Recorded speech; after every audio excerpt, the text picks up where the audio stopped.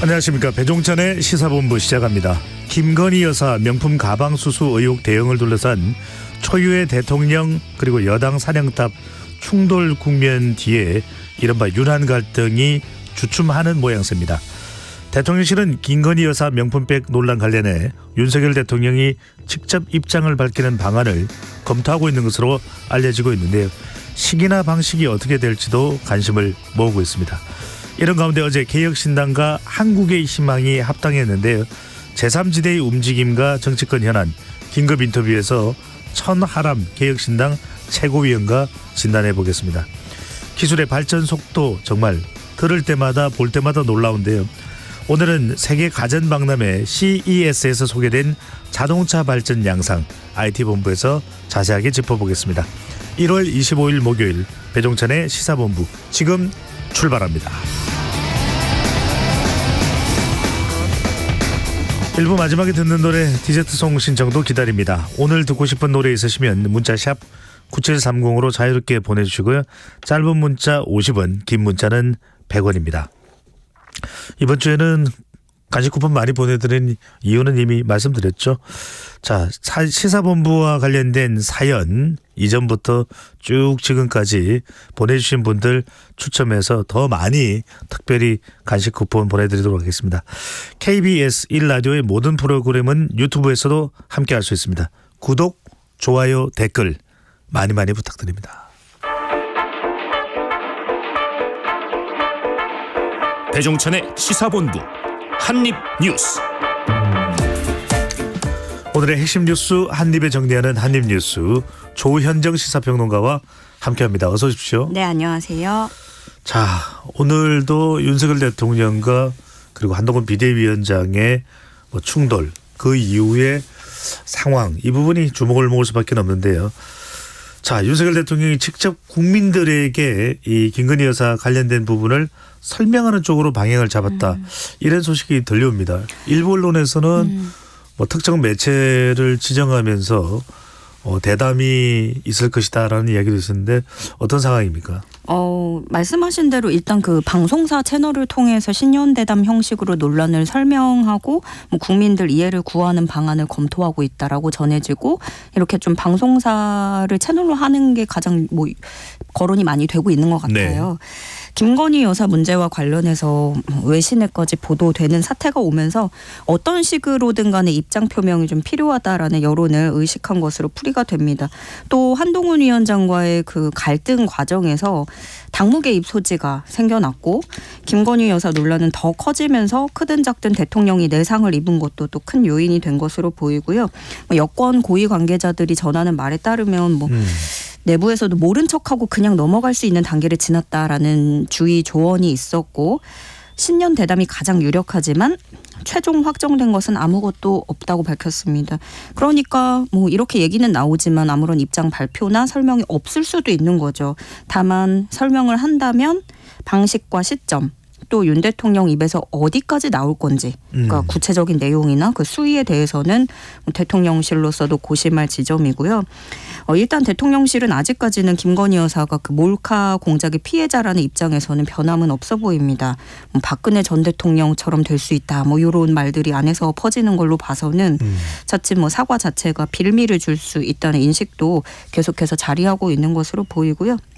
출구 전략을 두고 고민이 깊어지는 모습인 건데 몇몇 언론사들 취재에 따르면 대통령실에서는 한동훈 위원장에 대한 불쾌감은 여전히 다 해소된 건 아니다. 이런 얘기도 전해지고 있는데 그러니까 그 서천시장 갈 때 화재 현장 방문 시간 앞당기고 시간도 땡기고 특검팀에서 근무할 때 입었던 옷까지 꺼냈는데 네. 당에서 어떤 액션 취하는 것들은 달라진 반응이 없다라는 불만이 나온다는 건데요.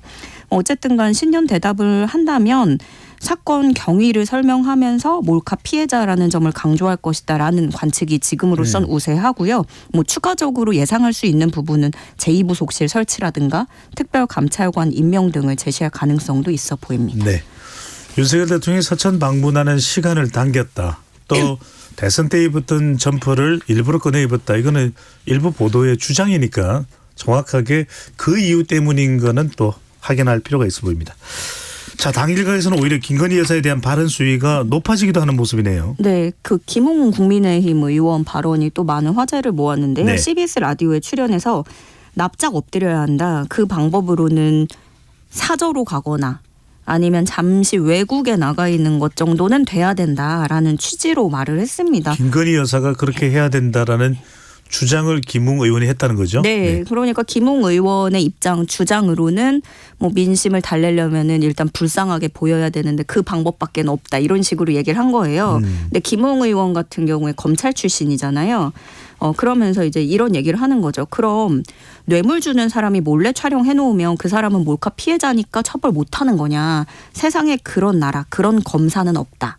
마치 몰카를 가지고 문제 다 해결할 수 있을 거라고 생각하는 것은 국민을 너무 우습게 보는 것이다. 이렇게 또 수위를 높여가면서 얘기를 했습니다.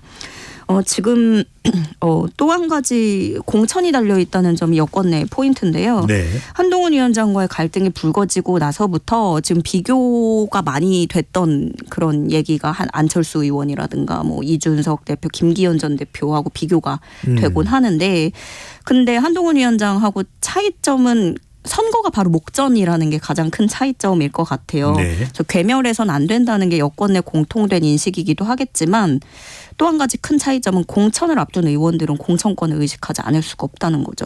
그러니까 연판장 돌리던 때랑 침묵해야 되는 지금은 다른 건데 근데 또 생각해보면 이준석 대표도 갈등이 있었다가 그때 자맹 갔었잖아요. 자맹을 갔다가 윤 대통령하고 끌어안으면서 뭐 봉합하는 모습도 잠시 있었습니다.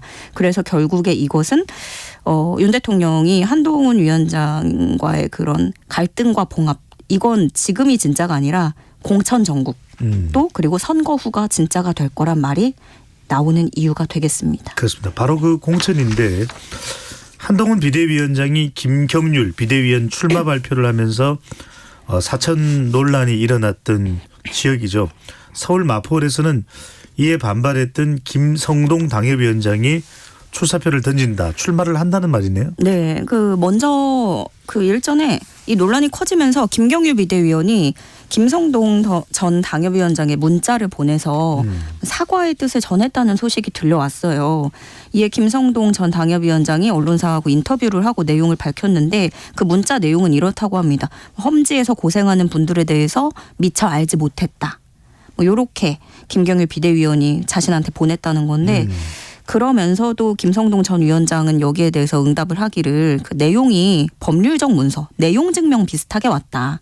이건 어디까지는 본인 입장을 밝힌 것이다. 이렇게 덧붙였고요.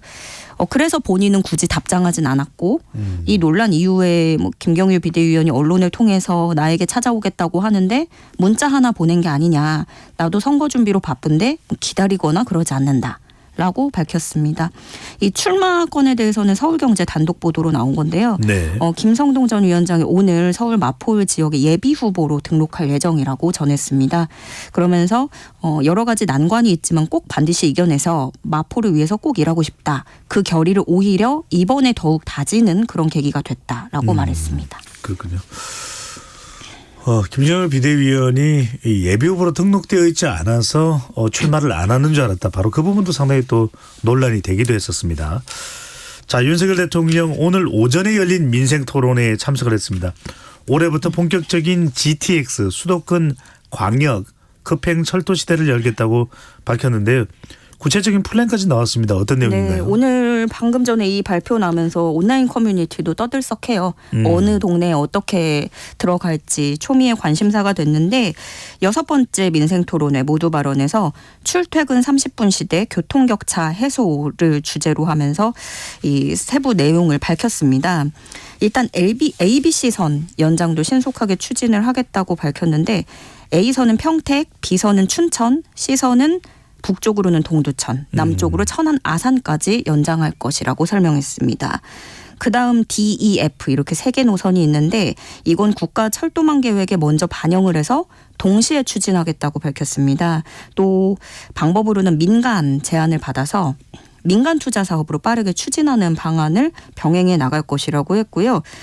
A선부터 F선까지 이게 전부 완공이 되면 정부가 그리는 그림은 수도권에서 서울 도심까지 30분대로 다닐 수 있게 된다는 겁니다.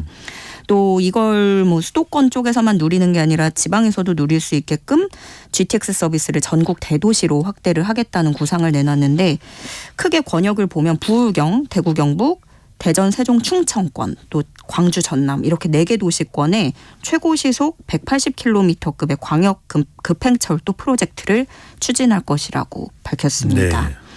신도시에 대한 교통 문제도 언급을 했는데요. 수도권 동서남북 4대 권역에 교통 개선 대책비 11조 원을 집중적으로 투자를 하겠다고 합니다. 또 지금 지자체 그런 갈등 때문에 지지부진한 그런 사업들은 정부가 직접 중재와 조정에 나서서 바로바로 해결하겠다고 했고요. 신도시에는 간선도로에다가 버스 전용 차로를 설치하고 2층 전기버스를 대폭 투입해서 통근자 고통을 덜겠다고도 강조했습니다. 그렇군요.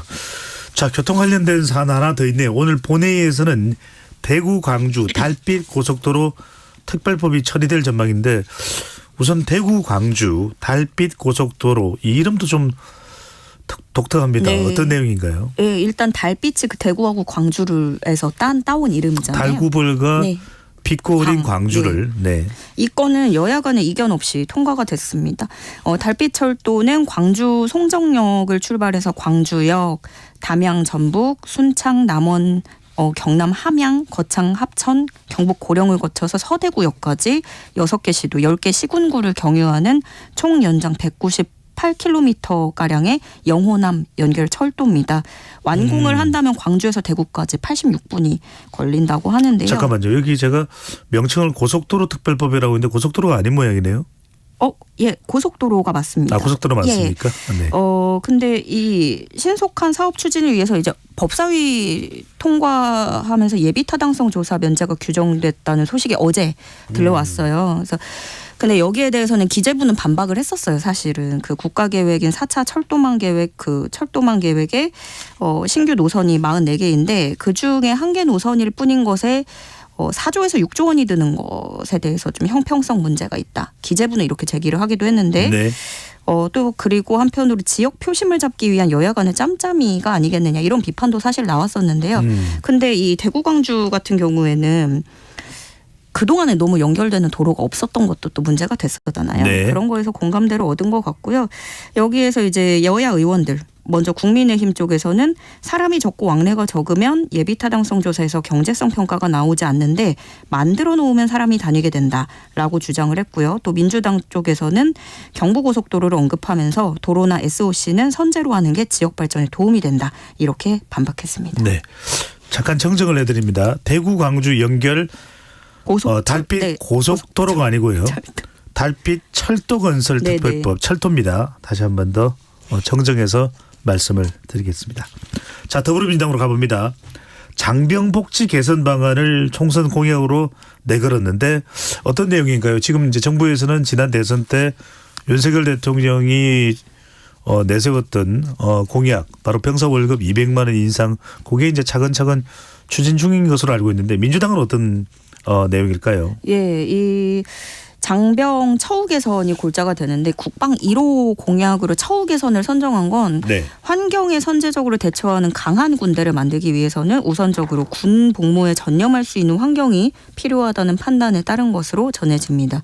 먼저 군인과 군무원의 당직 근무비를 평일 현행 2만 원에서 3만 원으로 올리고요. 일반 공무원 수준으로 인상을 하겠다는 겁니다. 당직 근무 이후에 휴식권 보장을 의무화하는 방안도 추진하기로 했고요. 민주당은 지난해 국방 예산 증액으로 당직 근무기가 오르기는 했지만 다른 공무원들과 비교해서 여전히 열악한 상황을 지적했습니다. 또 지금 20% 들어가는 사병들의 휴대전화 요금 할인율을 50%로 인상하는 방안도 포함이 됐는데 사병들의 휴대전화 요금을 실질적으로 낮추면서 그로 인해서 이제 비용이 발생하는 부분에 대해서는 정부와 통신사가 5대5로 부담하도록 설계를 한다는 내용입니다. 그리고 초급 간부들 여기저기 이동하면서 이제 집 문제가 또 됐었는데 전월세 이자 지원을 확대한다는 구상입니다. 지금 부대 내 숙소에 거주 중인 하사 이상 초급 간부들에 대해서 영외 거주가 가능하도록 지원을 늘리겠다는 방안이고요. 다달이 16만 원이 지급되는 주택수당과 함께 전월세 이자 지원을 확대 시행하면서 군인 개인의 주거 선택권 확대를 도모한다는 방침입니다. 네, 여튼 군 부대에 또 장병들에게 많은 또 지원이 된다라고 하는 그런 공약을 내세웠습니다. 자, 근데 공약은 이렇게 차근차근 뭐 저출생 대책도 나오고 있는데 민주당 이야기부터 우선 해볼까요? 친명 친문 구도 이제까지는 친명 비명이었는데 친명 친문 문재인 전 대통령과 가까웠던 또 의원들을 얘기하는 것 같은데 어떤 갈등 내용인가요? 예, 우선 어제는 김남근 변호사를 10호 영입 인재를 발표하고 영입식을 가졌는데요. 이 김남근 변호사는 3년 전에 있던 LH 투기 의혹의 최초 폭로자입니다. 그 문재인 정부 3기 신도시인 경기 광명 시흥 신도시 지역에 LH 직원들이 100억 원대 토지를 투기 목적으로 매입했다고 폭로한 일이 있었죠. 이후에 4천여 명이 검찰에 송치되고 구속만 해도 64명이 되는 이런 커다란 파장을 일으킨 사건입니다. 근데 3년 전 돌이켜보면 이 시기가 한창 부동산 값이 폭등하면서 굉장히 부동산 민심이 들끓고 있던 시기였잖아요. 이게 문재인 정부에게는 직격타로 작용을 했었고 치명적이었죠. 예, 결과적으로는 정권을 내주는 그런 결과를 초래를 했죠. 이 때문에 김남근 변호사 영입에 대해서 친문 진영을 겨냥한 영입 인사라는 시각도 피어오르고 있습니다. 그런데 또 그렇게만 보기는 또 어려운 것도 지금도 전세 사기로 인한 피해도 극심하고 여야 모두가 피해자 지원에 힘을 모아야 된다고 공감하는 상황인지라 이게 정책적 시각이 아니라 정치적 해석을 해야 되는지는 모르겠어요. 민주당도 김 변호사는 우리 사회의 불평등과 불공정 개혁을 위한 활동을 주도해서 실력을 입증했다 이렇게 영입 취지를 밝혔는데 다만 이제 공교롭게도 최근에 친문 현역 의원 지역구에서 친명 인사가 줄줄이 출마하는 그런 것들과 맞물리면서 네. 좀 이런 불만들이 나올 수밖에 없게 된 것 같아요. 일례로 이재명 대표 최측근인 이현희 민주연구원 부원장 애초 검증 신청까지 냈던 서울 동작을 대신해 문재인 정부 장관까지 지낸 도종환 의원 지역구로 옮겼고요. 거기에 또 이현주 전 의원 친문 패권을 주장하면서 탈당을 했었는데 복당 추진 이야기도 들려오고 있죠. 그래서 친명 친문의 갈등이 이런 것들이 좀 겹겹이 쌓이면서 갈등이 점화되는 건 아닌지 귀추가 주목되고 있습니다. 그렇군요. 이현주 의원이 민주당 입당이 논의되는 거 내용들 많이 궁금하실 텐데요. 한때는 또 이준석 개혁신당 대표와 함께 전국적으로 토크 콘서트에 참여를 해서 간다면 개혁신당으로 가는 건 아니냐 궁금했을 텐데요. 이번에 나오는 천하람 개혁신당 최고위원에게 바로 질문을 해보도록 하겠습니다. 비명계에서는 이런 저런 불만들이 나오면서 공천관리위원회에 문제 제기도 했다면서요. 네, 이거는 채널A 단독 보도인데요. 비명계 신동근 민주당 의원이 최근 일부 여론조사에서 그 경쟁 후보 번호가 나오잖아요. 누구누구 이렇게 골라달라. 거기에 이재명 대표가 표시가 됐다는 거예요. 그러니까 여론조사 질문지에 전 이재명 대통령 후보 선대위 정무특보 누구누구 뭐 이런 식으로 나왔다는 거죠. 예, 그래서 이거에 대해서 당의 공식적인 문제 제기를 했다고 채널A는 보도를 했습니다. 또 경기 안산시 상록갑 관련해서도 또 비명계 전해철 민주당 의원이 같은 문제로 인터넷 선거보도심의위원회에 이의 신청을 제기를 했는데 근데 사실 이런 장면을 많이 볼 수는 있잖아요. 이름에 그렇게 달려 있거나 뭐 네. 공보에도 달려 있고 그래서 특정 정치인 이름을 쓸 수 없는 건 당에서 실시하는 여론조사고 언론사의 여론조사는 해당하지 않는다라고 당사자들은 반박을 하고 있습니다. 그러나 이런 것까지 이제 문제 제기로 나설 정도로 굉장히 예민한 상태라는 거는 좀 부인할 수는 없는 것 같아요. 어쨌든 간 선거에서 친명계 입장에서는 이재명 마케팅을 하겠죠.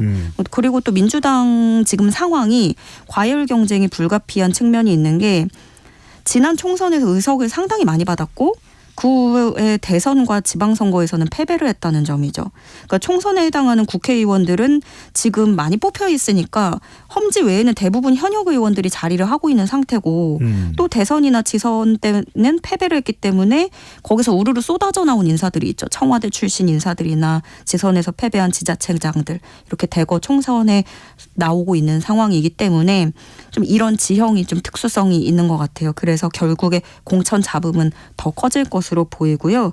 이에 대해서 비명계는 사실상 이재명 대표가 이런 갈등을 방관하고 있다라는 불만을 또 터뜨리고 있는데요.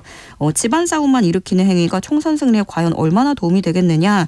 직접적인 메시지를 이 대표가 내야 된다. 이런 불만도 토로하고 있습니다. 네, 선거는 선거고 또 공천은 또 공천이네요. 자, 교속 이 시각 교통정보 듣고 한입뉴스 이어가겠습니다. 정현정 리포터. 네, 점심시간이 지나면서 도로 위에 돌발 구간이 늘었습니다. 먼저 경부고속도로 부산 쪽인데요. 판교에서 기흥 동탄 사이 1차로는 작업을 하고 있고요. 신갈분기점에서 수원까지 밀리고 있습니다. 반대 서울 쪽으로는 판교에서 판교분기점, 달래내고개에서 반포까지 밀리고요. 서해안고속도로 서울 방향은 홍성휴게소 부근입니다. 2차로에 승용차 단독 사고 있어서 처리하고 있고요. 일직분기점 부근 2차로와 3차로는 사고 있어서 처리하고 있습니다.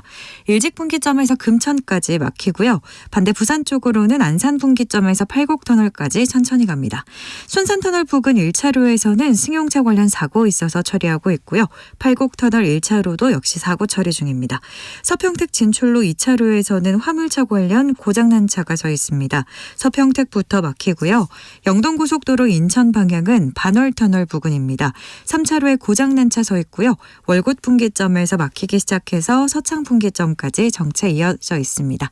아직 얼어있는 도로가 많으니까요. 앞차와의 안전거리 유지 필요하겠고요. 전방 주시도 꼭 잘해주시기 바랍니다. KBS 교통정보센터에서 정현정입니다.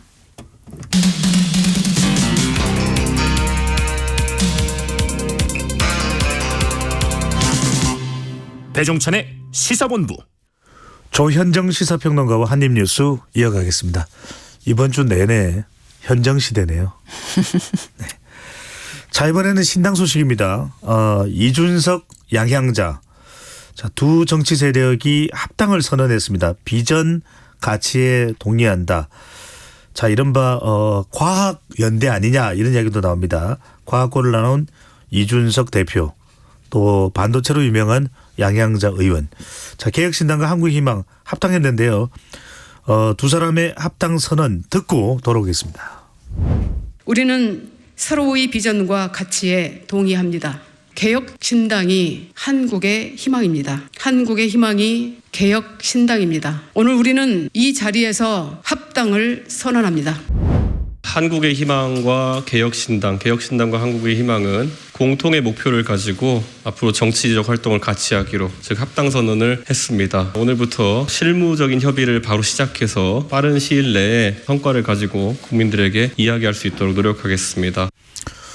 네, 양향자 의원이 어디를 향할지도 참 초미의 관심사였습니다. 지역구가 또 광주기 때문에 이낙연 신당 미래대연합 쪽으로 가지 않겠냐라는 분석도 있었고, 또 한간에는 국민의힘 쪽으로 또 이상민 의원에 이어서 갈 가능성도 있을 것이다라고 하는 전망도 나는데 결국 개혁신당으로 갔습니다. 자, 두 사람이 중앙색으로 의상을 맞추게 됐는데 당명은 개혁신당으로 가게 되네요. 네, 당명은 개혁신당, 슬로건은 한국의 희망 이렇게 정리를 했다고 합니다. 또 이준석 대표 같은 경우에는 며칠 전에 창당하자마자 합당하는 건 코미디가 아니겠느냐라고 했는데도 했느냐라는 비아냥도 나오고 있는 상황입니다. 근데 이 과학기술을 국정운영의 최우선 가치로 두기로 했는데요. 이거는 두 사람이 그전부터 좀 교감을 나누던 부분이기도 했죠. 제가 아까 말씀드렸는데 이준석 대표가 과학고등학교를 나왔고 양향자 의원은 삼성에서 입지 전적으로 또 성과를 올렸던 반도체 양향자로 유명합니다. 네. 공동 실현 과제로 제시한 건 우선 K네옴시티를 건설해서 최고의 복지인 좋은 일자리를 창출한다는 계획인데요. 전국의 첨단 소부장 특화단지 중심 미래도시를 건설을 해서 양질의 일자리를 늘리면 각 지역의 교통, 의료, 문화, 복지 수준도 높아질 수 있다는 구상입니다. 이걸 위해서는 국가가 직접 나서서 특화단지 인프라를 조성한다고 했고요. 다음 뉴히어로 프로젝트가 있는데 이건 과학기술인 양성이 골자입니다. 윤석열 정부에서 R&D 예산이 대폭 삭감된 것을 지적하면서 R&D 예산 확대와 함께 과학기술부 총리 신설을 제안했습니다. 또 한 가지 눈에 띄는 건 당원에 대통령인 당원은 당내 경선, 공천, 징계 등 주요 당무에 일체 개입해서는 아니 된다라는 문구를 담아서 지금 윤심 논란을 겪고 있는 여당과 좀 차별화를 보여주려는 그런 의도를 내보였고요. 두 당은 곧바로 합당 절차와 관련한 구체적인 논의를 이어나갈 예정입니다. 그렇군요. 자, 두 당이 합당하면서 제3지대 신당들 빅텐트 될까? 속도가 붙을 것이라는 전망도 있고 또 그렇지 않은 전망도 있네요. 네, 사흘 전에는 개혁신당하고 이낙연 위원장 새로운 미래 또 미래대연합 이렇게 뭐 연대 방안 등을 논의하려고 비전대화 협의체를 가동하기도 했었고 이 비전대화를 통해서 금태섭 대표의 그 새로운 선택과 한국의 희망도 뭐 논의를 진행해가겠다 이렇게 얘기를 했었는데 그래서 지금 가장 대두된 게 그거죠. 소통합 후에 대통합으로 간다. 요런 것 쪽에 무게가 조금 더 실리는 모습이고. 선소통 후 대통 이런 거네요. 네. 이렇게 좀 교감하는 흐름대로 만약에 간다면 지금 제3지대에 있던 흩어져 있던 게 신당이 5개인데 이걸 조만간 3개로 압축되지 않겠느냐라는 그림으로 좀 정리가 될 수는 있을 것 같아요. 뭐 어떻게 될지는 더 지켜봐야겠지만요. 예. 네. 자, 이 와중에 이낙연 새로운 미래 인재 위원장입니다. 일찌감치 이제 이번 총선에는 출마하지 않겠다 불출마를 선언했는데 최근에 상당히 또 출마 요구가 많이 나오고 있습니다. 호남 행보도 보이고 있는데 일각에서는 이낙연 전 총리가 결단을 내려서 광주 출마, 호남 출마하는 거 아닌가 이런 전망도 나오네요. 지난 20일에 첫 지방 일정으로 호남을 찾았었죠. 창당 발기인 대회 이후였는데 그리고 사흘 만에 광주 시민들을 만나서 또 지지를 호소했습니다. 어제 광주 서구에서 열린 기자간담회에서 호남 국민들께서도 민주당의 정신과 가치를 되살려 주시고 재충정을 이해하고 도와주시면 좋겠다라고 호소를 했고 이 간담회 이후에는 남광주 시장을 방문해서 시민들을 만났습니다. 네, 이미 삼지대에서는 이낙연 위원장의 출마를 압박하고 있는 상황인데 거기에 지금 또 이 개혁신당하고 한국의 희망, 합당 움직임이 이제 합당 소식이 들려왔고, 네. 그럼 삼지대 합당 움직임이 조금 더 빨라지는 것이냐 이런 본격화하는 모습이 나오니까 빅텐트 실현 여력이 커진다면 이낙연 위원장도 좀 출마 가능성을 그 전보다는 더 열어두고 고심할 것으로 보입니다. 일단 이낙연 위원장은 이 광주 시민을 비롯해서 조금 더 많은 분의 의견을 듣고 저도 더 깊게 생각해서 결론을 내리겠다까지 이야기를 했습니다. 그렇군요. 이낙연 전 총리가 어느 곳에 또 지역 구둥지를 틀게 될지 여부도 상당히 관심을 모으고 있습니다. 자, 우리 시간에도 여러 차례 소개해드렸는데 중대재해 처벌법입니다. 이것을 2년간 유예해야 된다는 것이 이제 국민의힘의 주장이었고 그게 아니라 당장 그대로 기존대로 계획대로 그대로 중대재해법 유예가 이제 끝나는 만큼 시행돼야 된다는 것이 민주당과 야권의 주장이었는데 결국 합의가 안 됐네요. 그러니까 오늘 본회의가 있어서 오늘 오전부터도 여야 원내대표가 협의를 이어갔는데 별다른 얘기가 들려오지 않고 있습니다. 합의점을 찾지 못했다 정도까지였고 그래서 본회의 직전까지 뭐 극적으로 타결될 가능성은 지금으로서는 조금 희박한 것 같아요. 방송이 끝나고 또 어떤 반전이 들려올진 모르지만 어제도 국회의장 주재로 회동을 1시간 가까이 했는데 똑같았고 오늘 오전도 비슷한 모습입니다. 여당은 즉각 처리를 주장하고 있는데 야당은 산업안전보건청 설치 등을 본회의 상정 조건으로 내걸고 있습니다. 윤재호 국민의힘 원내대표는 외면하고 입법적 조치를 강구하지 않는 건 국회의 기본적 책무를 방기하는 것이나 다름없다라고 얘기했고 홍익표 민주당 원내대표는 생명 안전을 어떻게 지킬 것인가에 대한 조금 더 심사숙고하고 책임지는 자세가 필요하다라고 받아쳤습니다. 본회의 전에 국회에서 여당은 이제 이 중대재해처벌법 처리 촉구 규탄 대회도 열려고 하는데 모르겠어요. 본회의까지 이게 어떻게 가지고 갈지는 더 봐야겠습니다. 네, 어떤 식으로든 뭐 절충이 되지는 않고 있는 상황입니다. 자, 그동안 잘 들어보지 못했던 뉴스 전달해 드립니다. 눈여겨볼 만한 재판 결과가 나왔는데요. 박근혜 정부 시절 이른바 문화계 불 사건으로 재판에 넘겨졌었던 김기춘 전 대통령 비서실장, 조윤선 전 문화체육관광부 장관에 대한 재판 결과가 나왔네요. 예, 박근혜 정부의 비판적인 문화예술계 단체나 인사의 이름과 지원 배제 사유를 정리한 문건, 이른바 블랙리스트를 작성하도록 지시하고 이를 토대로 정부 지원금 지급 대상에서 배제한 혐의를 받았죠. 2017년에 기소가 됐는데 김기춘 전 비서실장은 파기환송심에서 징역 2년을 선고받았고 조윤선 전 문체부 장관에게는 징역 1년 2개월이 선고됐습니다. 다만 둘 다 구속은 면했습니다. 김 전 실장의 경우에는 고령이고 도주나 증거인멸 우려가 없다는 점이 또 법정 구속을 피하게 됐고요. 네. 조윤선 전 장관도 이미 1년 2개월의 수감 생활을 마쳤다는 점이 작용을 했는데 재판부는 장기간에 걸쳐 이념적 성향과 정치적 입장에 따른 차별 지원으로 다수 인사들이 고통을 받았다.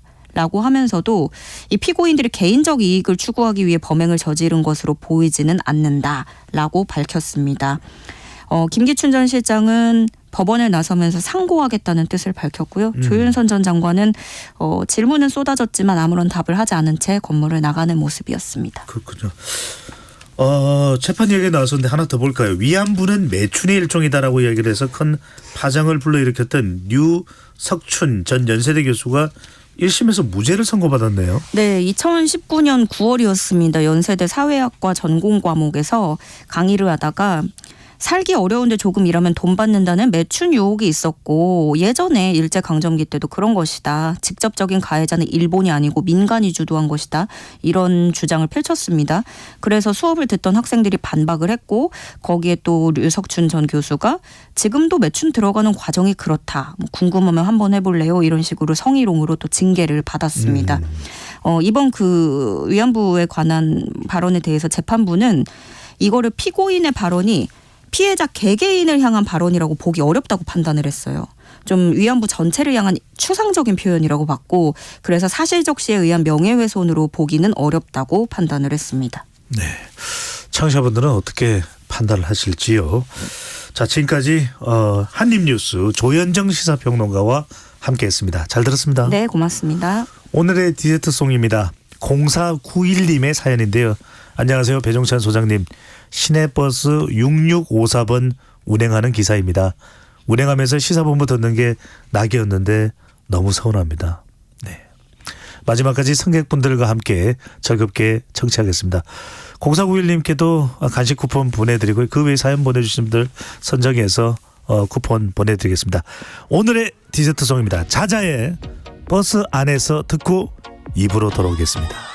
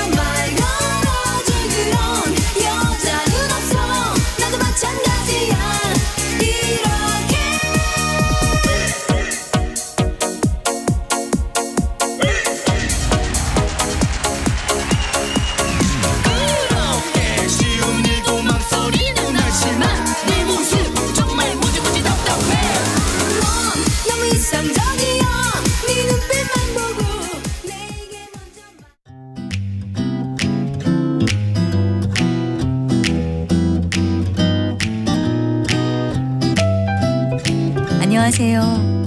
바른말 고운말입니다. 사람의 얼굴 모습을 묘사하는 표현은 여러 가지가 있습니다. 그중에 우리가 종종 듣는 것이 인중이 길다, 이마가 좁다, 광대뼈가 나왔다, 하관이 빠르다 같은 것들이 있는데요. 이 중에 잘못된 표현이 있습니다. 하관이 빠르다가 바르지 않은 표현입니다. 이 표현이 무엇을 뜻하는지는 아마 대부분 잘 아실 것 같은데요. 하관은 아래 하자에 광대뼈 관자를 쓰는 것으로 광대뼈를 중심으로 얼굴의 아래쪽 턱 부분을 가리킵니다. 그런데요, 얼굴 전체에 비해서 턱 부분이 뾰족하고 매우 좁은 것을 뜻하는 표현은 하관이 빠르다가 아니라 하관이 빨답니다. 예를 들어 그녀는 하관이 빨아 새침해 보이는 인상이었다, 이렇게 말해야 합니다. 여기서 말하는 빨다는 동사가 아니고요, 끝이 차차 가늘어져 뾰족하다란 뜻의 형용사입니다. 요즘 많은 분이 선호하는 얼굴 형태 중에 일명 V라인 얼굴이라는 것이 있지요. 턱선이 영어 알파벳 V자처럼 끝이 차차 가늘어져서 뾰족한 것을 뜻하는데 바로 이런 형태를 가리키는 표현이 빨답니다. 참고로 턱이 주걱 모양으로 길고 끝이 밖으로 굽은 것을 주걱턱이라고 하는데, 이것을 형용사 빨다를 넣어서 표현해 보면 주걱턱이란 대개 턱이 빨고 끝이 밖으로 굽은 것을 말한다, 이렇게 표현할 수 있습니다. 바른말 고운말 아나운서 변희영이었습니다.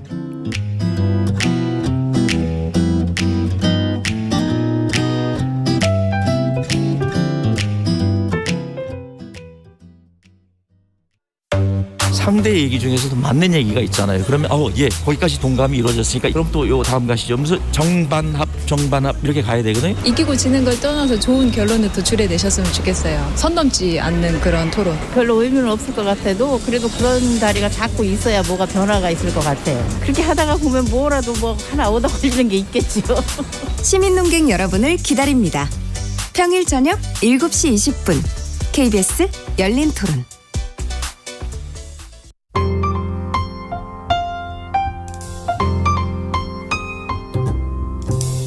어떤 하루 보내고 계신가요? 눈코 뜰 새 없이 바쁘게 지나가는 한 주. 월요일부터 금요일, 매일 밤 10시부터 12시까지는 오롯이 당신만을 위한 시간입니다. 당신을 위한 지식 쉼터. 오늘 밤 일라디오.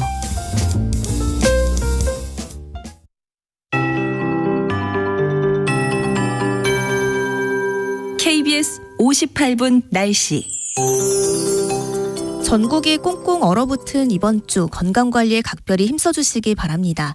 기온이 약간씩 오르면서 한파특보가 완화되고 있는데요. 아직 경기 북부와 동부, 충북 북부, 경북 내륙에 한파주의보가, 강원 내륙 산지는 대부분 한파경보가 남아 있습니다. 낮 기온이 어제보다 높아서 곳곳이 영상권을 보일 텐데요. 바람이 불어 체감온도는 종일 영하권인 곳이 많겠습니다. 아침에 영하 9도까지 떨어진 서울이 한낮에 0도, 춘천 1도, 대전, 광주 2도, 부산, 제주 6도 안팎까지 오르겠습니다. 내일 아침은 서울과 대전 영하 6도, 철원 영하 13도, 광주, 대구 영하 3도, 주말에는 이보다 1도에서 4도 정도 기온이 더 올라서 이맘때 추위를 보이겠습니다. 오늘 낮까지 울릉도 독도에 1에서 3cm의 눈이 오겠고요. 제주도는 밤부터 다시 비나 눈이 오기 시작해 내일 아침까지 산지를 중심으로 최대 3cm의 눈이 추가로 내리겠습니다. 남부지방은 바람이 매우 강하게 불겠습니다. 대기가 메마른 강원 동해안과 경상권 해안엔 건조주의보가 내려져 화재 예방에 유의해 주시고요. 이들 지역에 당분간 너울성 파도도 높겠습니다.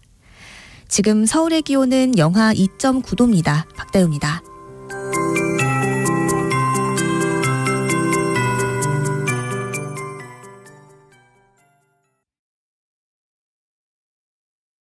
정성을 다하는 국민의 방송 KBS가 한시를 알려드립니다. AM 711kHz, FM 97.3MHz, KBS 1라디오입니다. HLKA.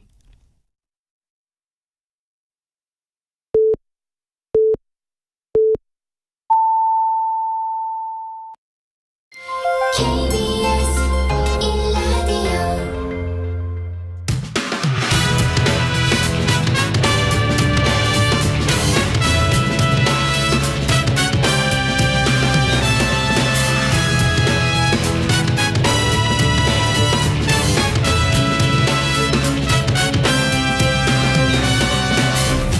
KBS 1라디오 배종찬의 시사본부.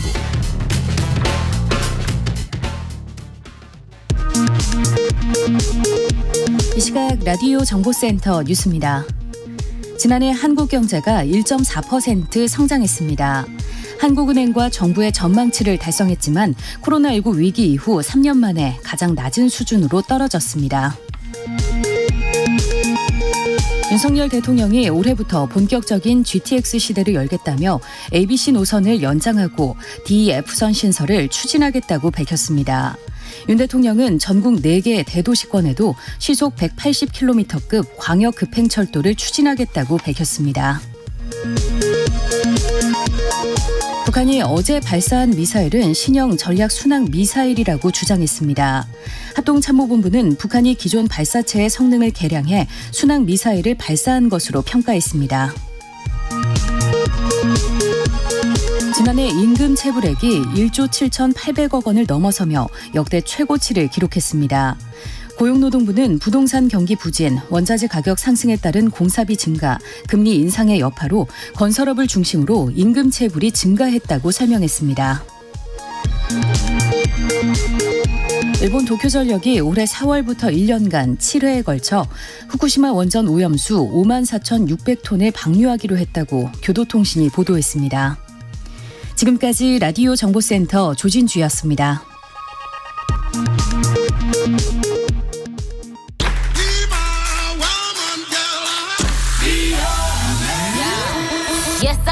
인터넷에서 화제가 된 뉴스를 다뤄보는 스트레이트 뉴스 파이터 시간입니다. 박지원 뉴스캐스터와 함께합니다. 어서 오십시오. 안녕하세요. 네. 날씨가 그래도 조금 풀렸죠? 날씨가 근데 왜 이렇게 춥죠, 저는? 그러니까요. 나도 이렇게 사람에 따라서 좀 다른 것 같아요. 어떤 분들은 조금 날씨가 풀렸다 그러고, 근데 이럴 때 감기 딱 걸리기. 더 조심하셔야 그렇죠. 돼요. 감기 좀 좋아졌어요? 긴장을 늦추시면 안 됩니다. 알겠습니다. 자, 첫 번째 주제입니다. 최근 톡 프로필의 추모 기능이 강화됐다고 하는데요. 어떤 내용입니까? 카카오는 카카오톡 업데이트를 통해서 추모 프로필 기능을 강화했는데요. 추모 프로필은 카카오톡에서 고인을 깊이 애도하고 추억할 수 있는 기능입니다. 카카오톡 설정에 들어가셔서요. 개인 보안 메뉴 안에서 추모 프로필 설정에서 추모 프로필로 남겨두기를 선택하시면 대리인을 지정하실 수 있습니다. 대리인은 친구 중 한 분만 지정하실 수 있고요. 대리인 요청 수락 시 추모 프로필 설정이 완료가 되는 겁니다. 이거 모르시는 분들이 많습니다. 네. 왜냐하면 그냥 항상 카카오톡 뭐 단톡방만 이용을 하시거나 단체방 이용하시지 이런 기능이 있는 거 잘 모르시는 분들이 많은데 개인 보안 메뉴에 추모 프로필 설정해서 가능하다는 거 꼭 한번 필요하신 분들은 확인하시면 좋겠고요. 사후 추모 프로필 전환 과정이 그만큼 간소화됐다는 거죠? 네, 대리인 지정이 만약에 없다라고 할 시에는 유가족이 신청서 그리고 사망 증빙 서류처럼 다양한 증빙 서류를 제출을 해야 하는데요. 대리인을 지정했을 경우에는 대리인은 추모 프로필 이용자의 사망 증빙 서류만 제출을 하게 되면 추모 프로필로 전환이 가능하게 됩니다. 훨씬 간단해진 거죠. 프로필 관리 권한은 고인의 카카오톡이 추모 프로필로 전환된 후에 49일간 유효하고요. 프로필 사진과 배경사진, 상태 메시지 편집 권한이 대리인에게 주어집니다. 그리고 이런 기능도 있더라고요. 이용자는 대리인에게 마지막 편지를 남길 수 있는데요. 마지막 편지는 이용자의 생전에는 공개가 되지 않고 추모 프로필로 전환이 됐을 때 그 시점에 대리인에게만 전달이 됩니다. 그러면 그동안 대화나 개인적인 정보들까지 대리인에게 공개가 되는 건가 걱정하시는 분들도 있으실 텐데 고인이 지인들과 나눈 대화 메시지나 개인 정보들은 대리인을 포함해 유가족, 타인에게는 일체 공개되지 않습니다. 그렇군요. 이렇게 되면은 이제 고인 부고 같은 것도 알릴 수 있는 것이 가능해질 테고요. 자, 두 번째 주제입니다. 예약제로 운영되는 미용실이 늘어서 일부 소비자들이 불편을 겪고 있다고요. 미용실을 방문해도 예약하지 않았으면 이용하기가 어렵기 때문이고요. 특히 온라인 예약에 익숙하지 않으신 중장년층의 불편이 더 커지고 있습니다. 예약제로 운영하는 미용실이 2020년 이후 50% 이상인 것으로 파악이 됐는데 이렇게 될 경우에는 두 곳 중 한 곳 이상이 예약제로 운영이 된다라고 보시면 될 것 같습니다. 그렇군요. 요즘엔 정말 그냥 방문해서 바로 머리 또 헤어스타일 이렇게 관리하시는 분들도 계시지만 보통은 또 온라인 예약하는 데도 있고 그렇죠. 저는 가기 전에 원장님께 미리 문자 드리거든요. 언제 예약 가능할까요? 그러니까 뭐 다양한 방법에 하여튼 예약이 여러모로 이용이 되고 있는 것인데 자 이제 대부분 그렇습니다. 이렇게 대세가 가고 있다고 봐도 될까요? 맞습니다. 이 숙명여대 소비자경제학과 이홍주 교수는 효율적으로 응대하려는 업주의 생각과 방문 계획을 확보하려는 마케팅 전략에 따라서 미용제 예약제는 앞으로 더 확산될 것이라고 보고 있습니다. 그래서 예약 방법이나 문화에 조금 서툰 소비자 계층은 아주 불편함을 느낄 수 있을 것으로 보입니다. 특히 노년층과 중장년층은 디지털 소외로 어려움이 더 커질 것으로 보이는데요. 예약제가 정보 소외 계층 에게는 큰 장벽으로 작용할 수 있게 되고요.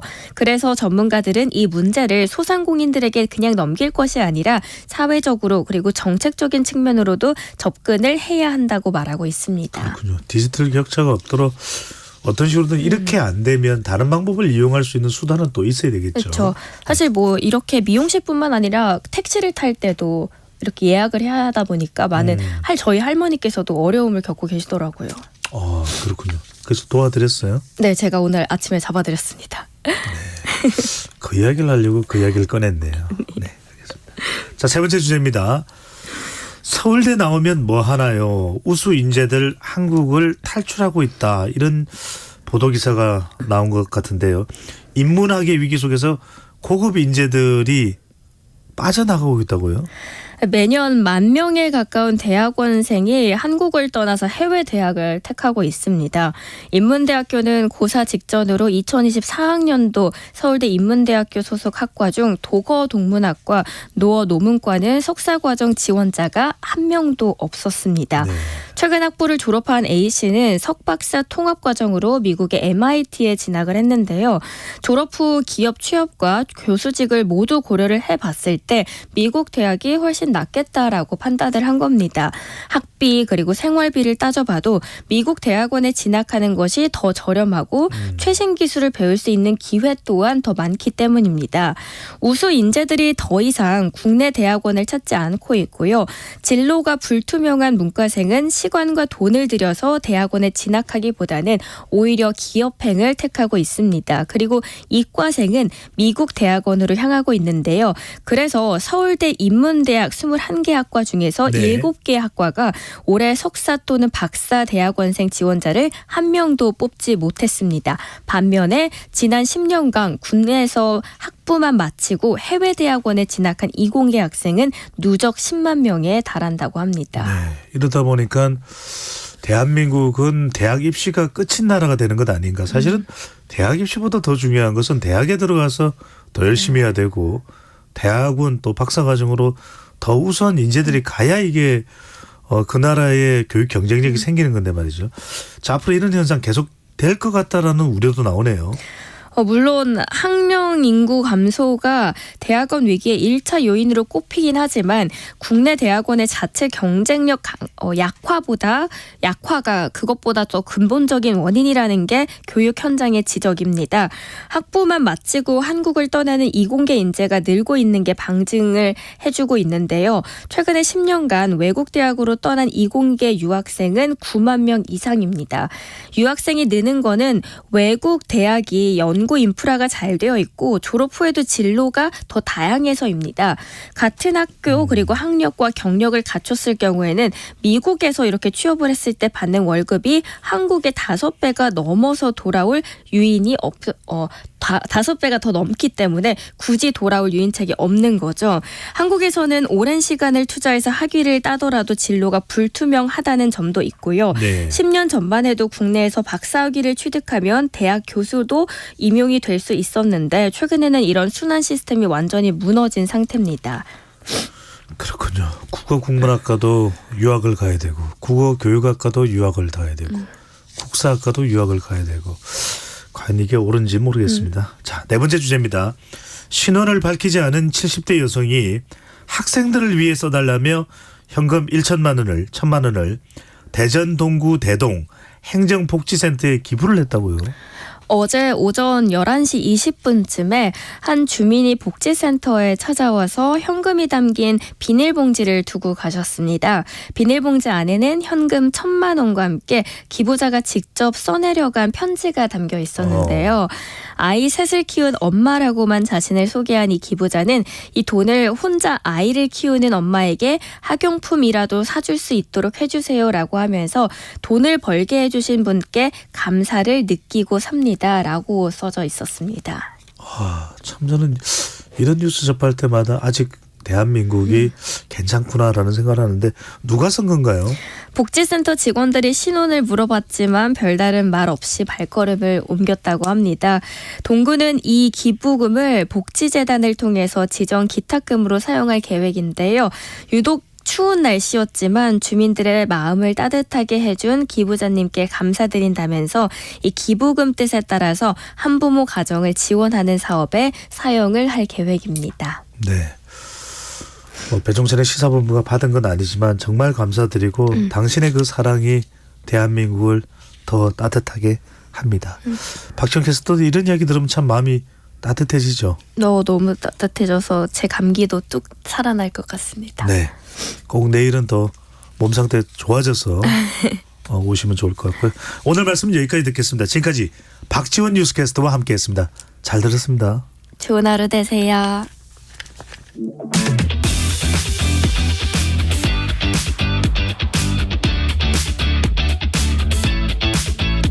배종찬의 시사본부는 여러분과 함께합니다. 짧은 문자 50원, 긴 문자 100원이 드는 샵 9730. 라디오 어플 콩과 유튜브는 무료로 참여하실 수 있습니다.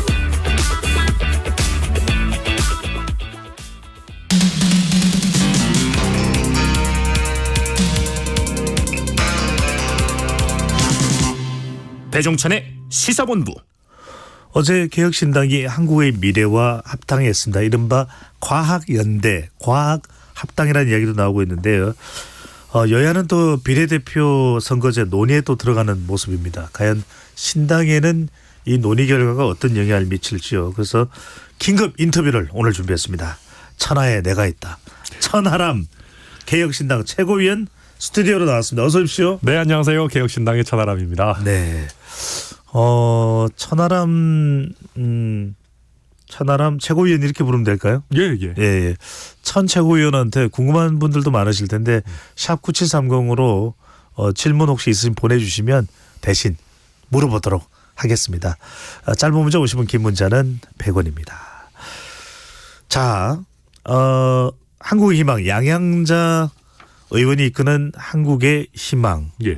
개혁신당이 한국의 희망이고 한국의 희망이 개혁신당입니다. 그렇죠. 라는 이 연설 내용도 상당히 귀에 쏙 들어왔는데 네. 이거부터 여쭤보겠습니다. 그동안 양양자 의원이 어디로 갈지 상당히 궁금했어요. 그러니까 이낙연 전 총리와 손잡는 것 아니냐. 또 광주 호남이라고 하는 또 공통점도 있고 일각에서는 이상민 의원처럼 국민의힘으로 들어가는 건 아니냐. 여러 가지가 점쳐졌는데 그렇죠. 이준석의 개혁신당을 선택한 이유가 뭘까요? 저희랑 정치하시는 게 재밌겠다고 생각하신 것 같습니다.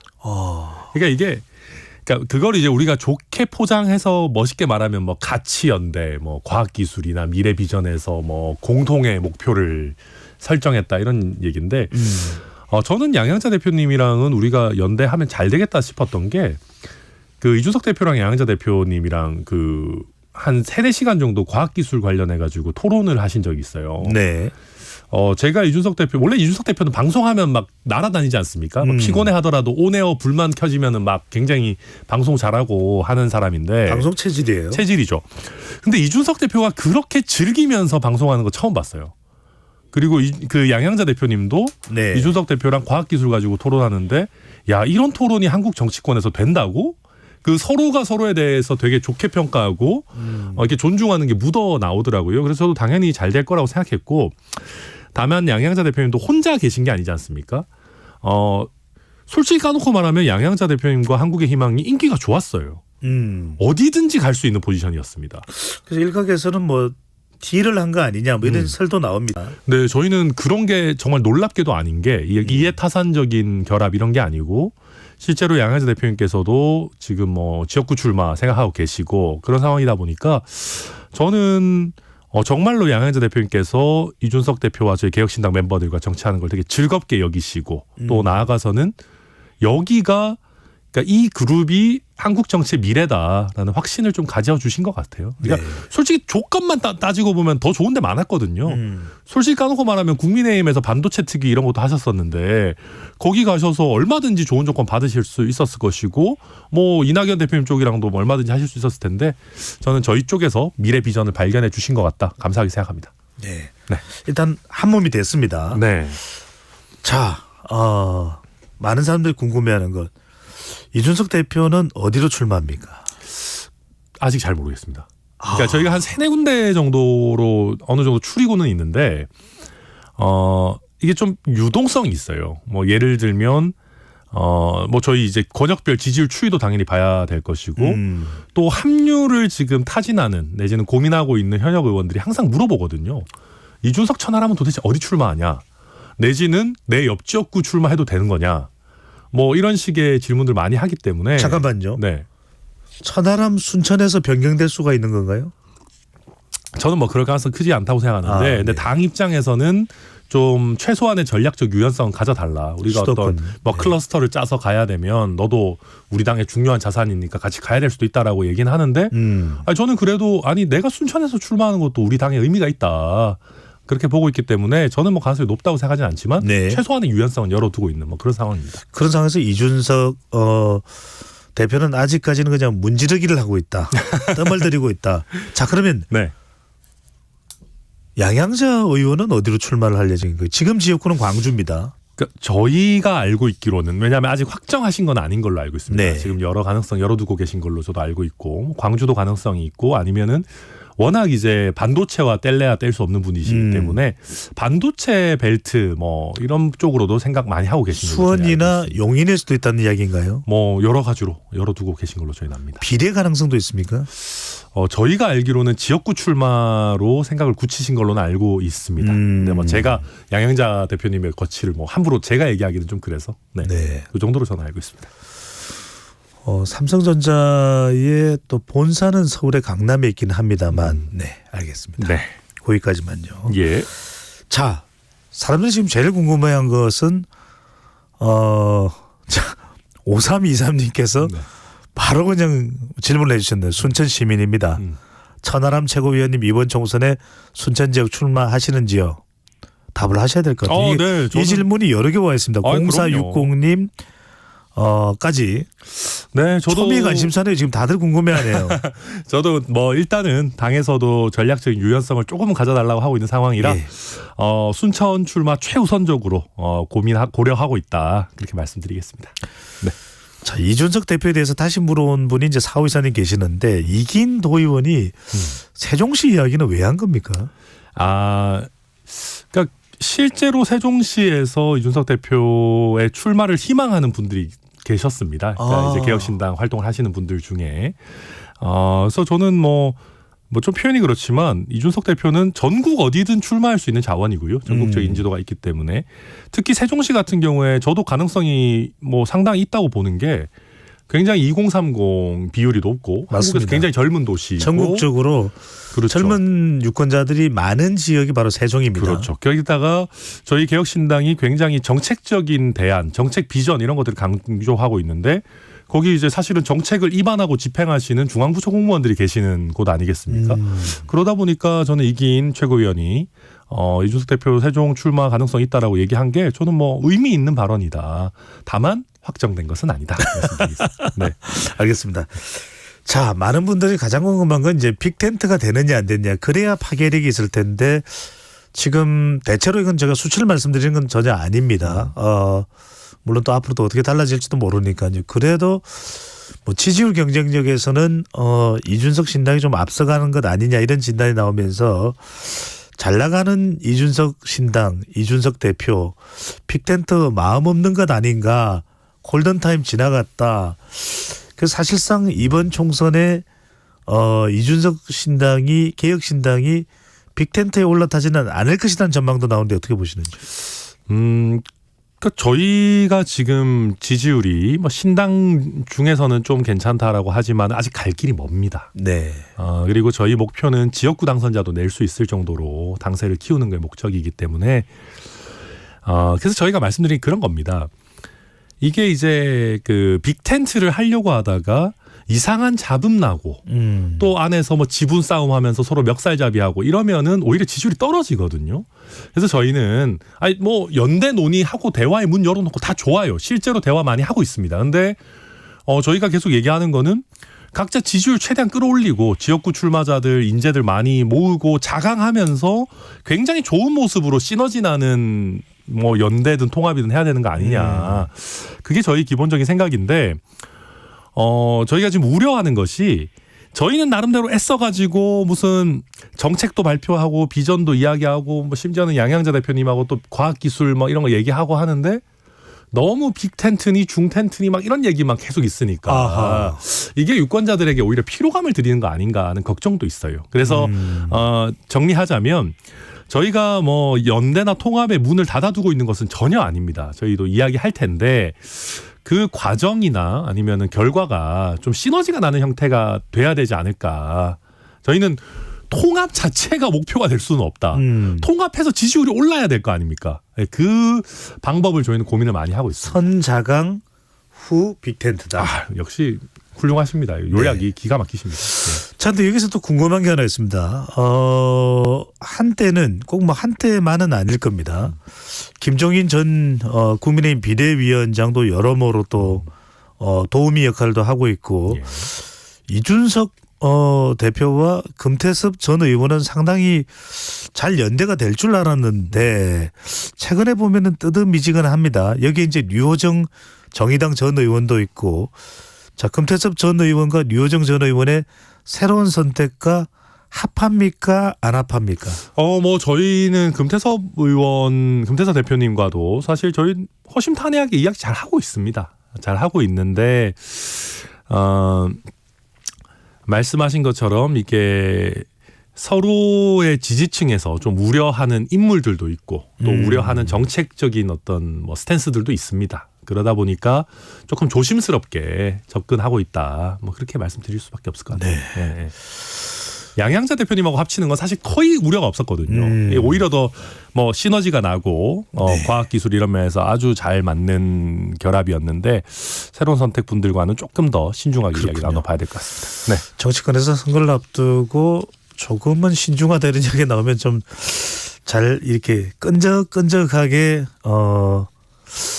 이렇게 좀 전개되지는 잘 않는 경우들이 많았는데 뭐 묻지도 따지지도 않고 이럴 수는 없으니까. 자, 여기서 민감한 질문 드리겠습니다. 네.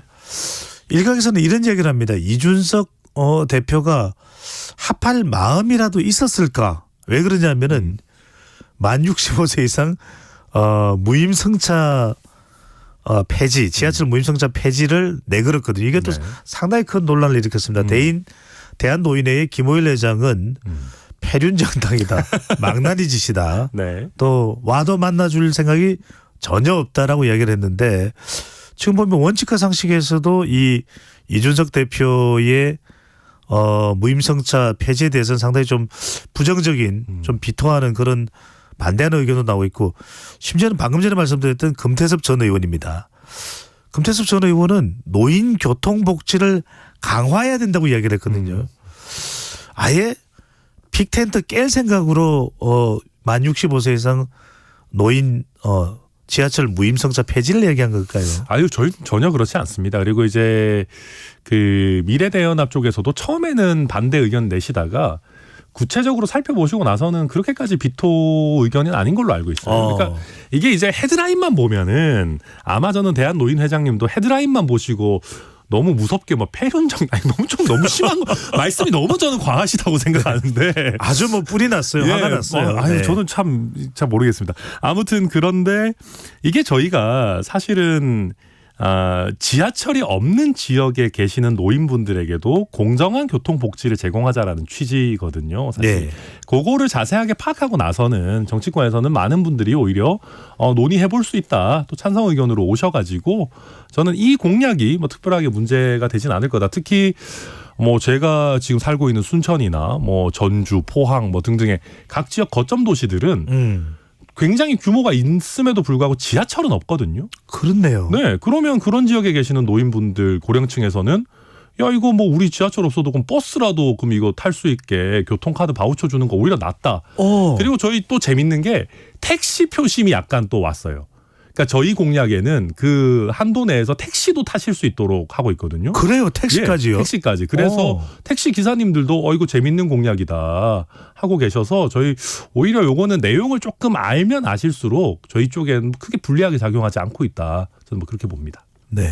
네. 솔직하게 말씀해 주실 수 있을지는 모르겠는데 이 만 65세 이상 지하철 무임승차 폐지가 2030 표심을 좀 더 끌어내기 위한 전략적인 의도도 있었을까요? 그러니까 그런 면들도 있죠. 없다고 할 수는 없지만 저는 오히려 만 65세 이상의 어르신들 표심을 더 잡을 수 있다고 생각합니다. 무슨 얘기냐면 지금 우리가 이 무임승차가 처음에 제도적으로 도입됐을 때는 우리 고령층 인구 비율이 한 3-4% 정도 됐을 때 시작했어요. 많지 않았어요. 지금은 근데 25% 30%가 넘어갑니다. 또 지역마다 조금씩 차이가 있지만. 그러면 사실은 우리 어르신들이 야 이게 지속 가능할까?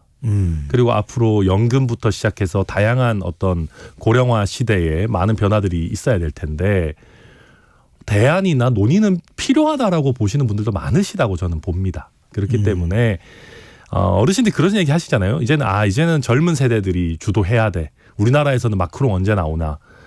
저는 당장 내가 받는 혜택이 조금 축소되더라도 전국적으로 고령층에게 공정한 혜택이 가고 또 미래 세대에게 지속 가능한 제도 재편이 가능하다면은 거기에 동의해 주실 어르신들도 많으실 것이다. 대한 노인의 입장과는 다를 수도 있을 것이다. 왜냐하면 저는 대한 노인회가 좀 답답한 것이 아니 무슨 수도권이랑 광역시에 있는 노인들만 대변하시는 단체가 아니잖아요. 네. 오히려 저희가 조사해 보니까 지하철이 있는 역세권에 사시는 노인분들보다 그렇지 않은 노인이 3-4배가 더 많으시거든요.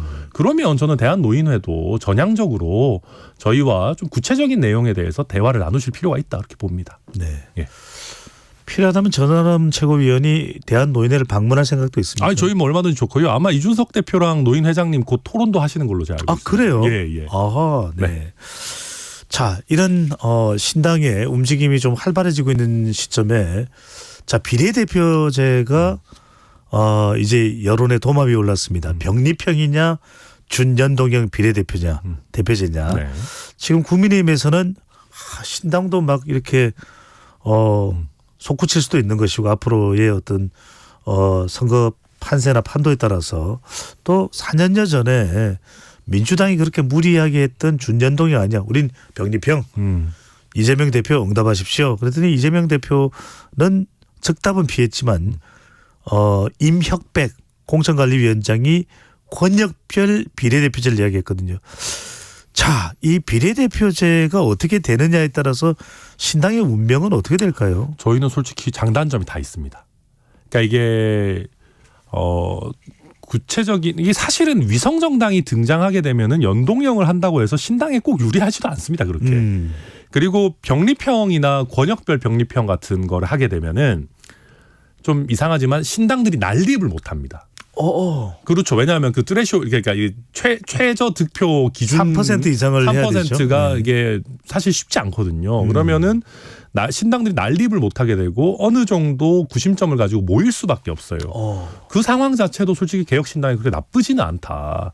그리고 자발적인 어떤 위성 정당들 같은 거 있지 않습니까? 용해인 의원이 하는 뭐 그런 것들도 설 자리가 없어지거든요. 그래서 오히려 삼지대 입장에서 신당 입장에서는 더 선명해지는 효과도 나올 수 있어서 저희 입장에서는 지지율만 올리면 된다. 제도가 어떻게 되든 사실 크게 나쁠 건 없다 생각합니다. 개혁신당은 그렇다면은 이 민주당에서 제안하는 권역별 비례대표제를 받아들일 수도 있다는 말씀인가요?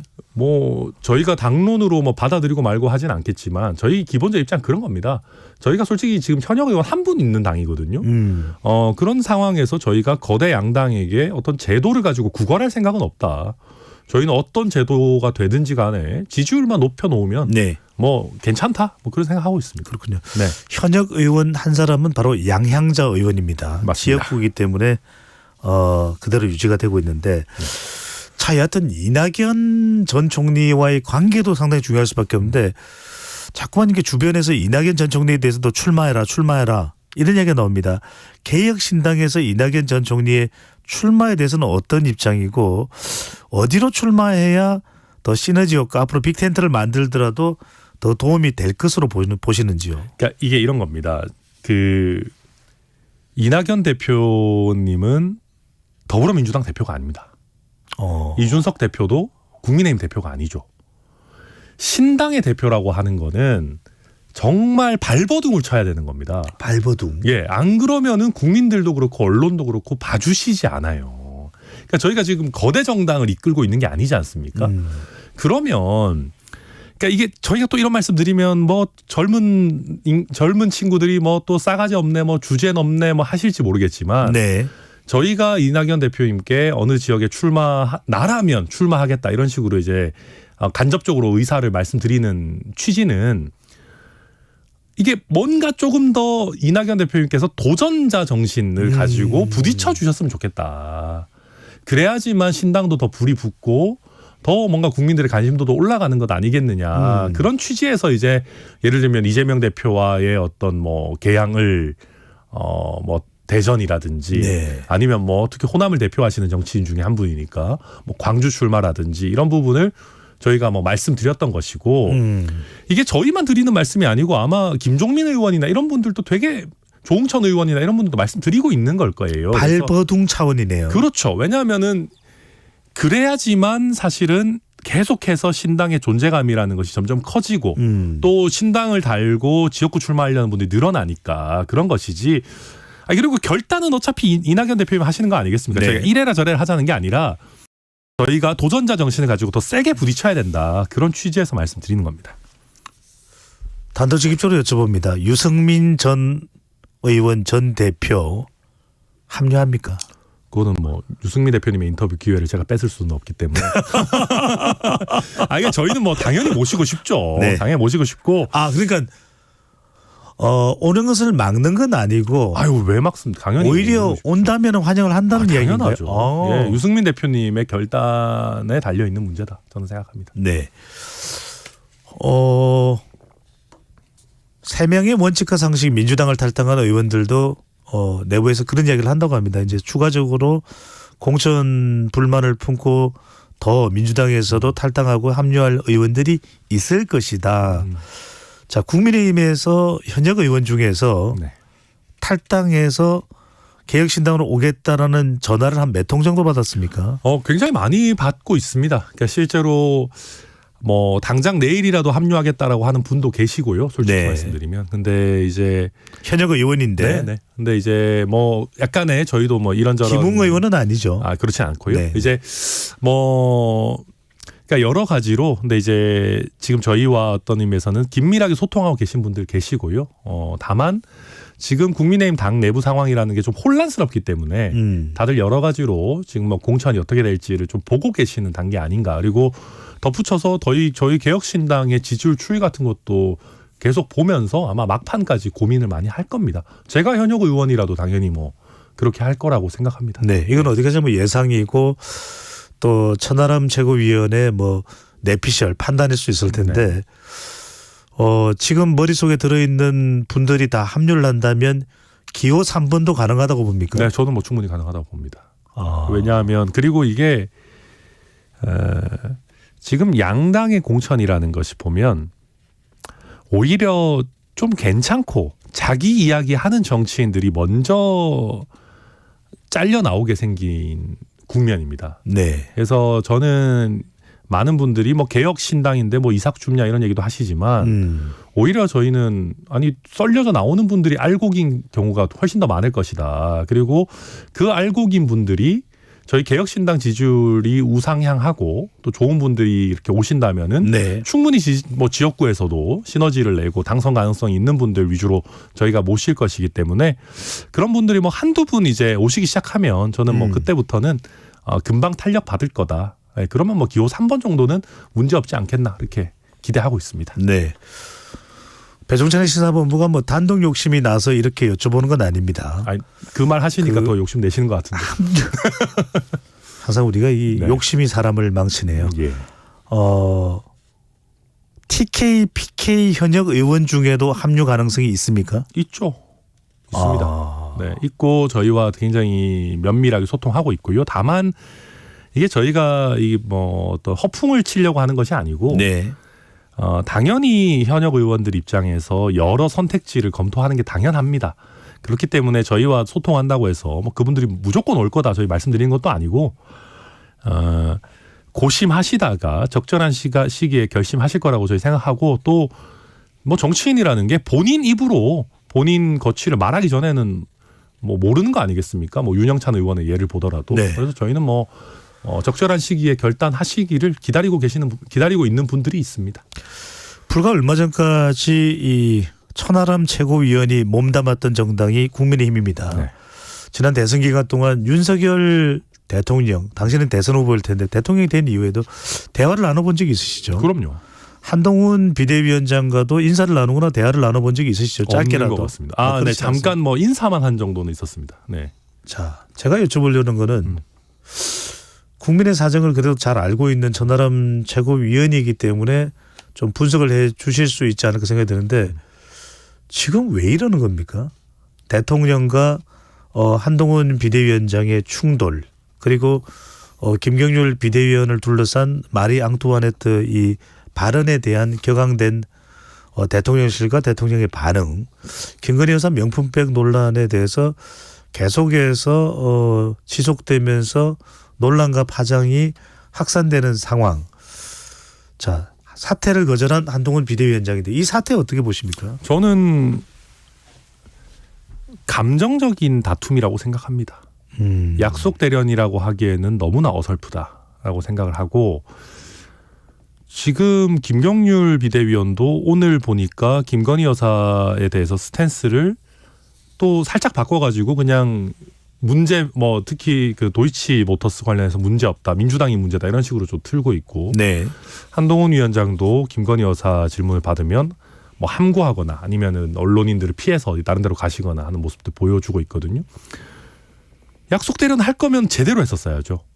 제대로 해서 한동훈 위원장에게 힘을 완전히 실어주고 김건희 여사의 어떤 직접적인 사과로 매듭을 짓든지 뭐 이렇게 됐었어야 되는데 그런 게 안 됐어요.